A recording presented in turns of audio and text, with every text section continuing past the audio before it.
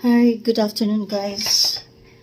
Oh, it's almost past 1 p.m. So, yung ating work is just like 4 hours a day, Monday to Friday.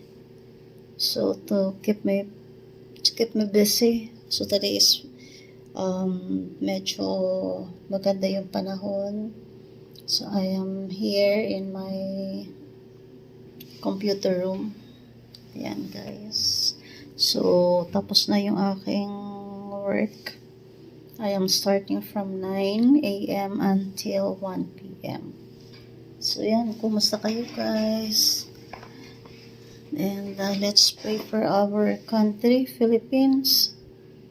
We've been struck by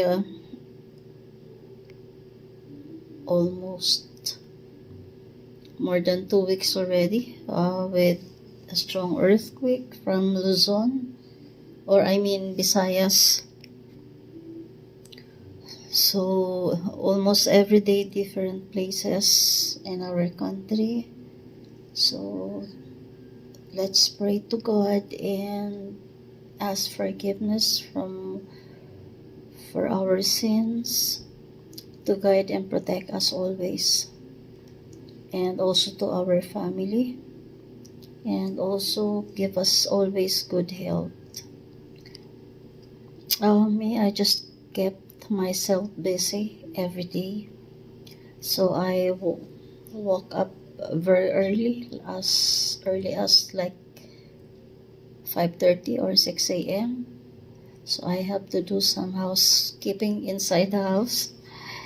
And ganun talaga guys.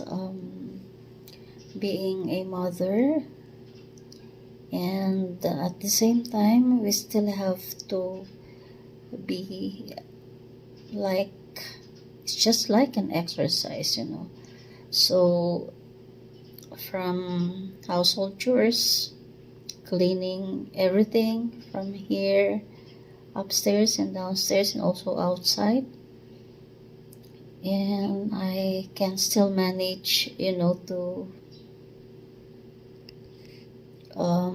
have gardening. It's part of my like everyday routine, especially during weekends.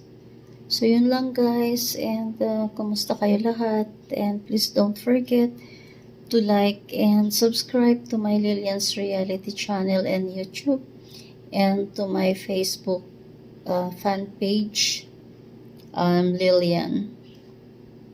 Thank you guys and have a great day. Ayun, so pahinga na tayo guys, and I still have to take my lunch now. Bye-bye guys. Balitaan ko ulit kayo sa mga kaganapan. Alright, happy Friday. Bye-bye.